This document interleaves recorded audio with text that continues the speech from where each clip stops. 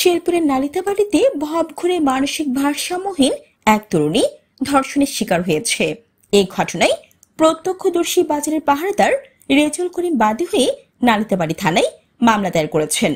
তবে এখনো পর্যন্ত গ্রেফতার হয়নি অভিযুক্ত জালাল মিয়া। গত বৃহস্পতিবার রাতে উপজেলার পোড়াগাঁও ইউনিয়নের বারোমারি বাজারে ধর্ষণের এই ঘটনা ঘটে। প্রায় 2 মাস আগে নাম পরিচয়হীন ভবঘুরে মানসিক ভারসাম্যহীন ওই তরুণী বারোমারি বাজারে আসে।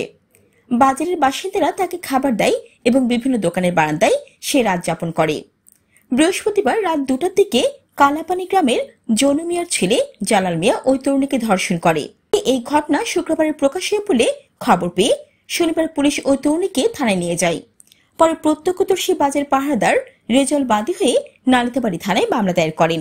ঘটনার সত্যতা নিশ্চিত করে থানা ভারপ্রাপ্ত কর্মকর্তা সোহেল রানা জানান, অভিযুক্তকে গ্রেফতারের চেষ্টা চলছে।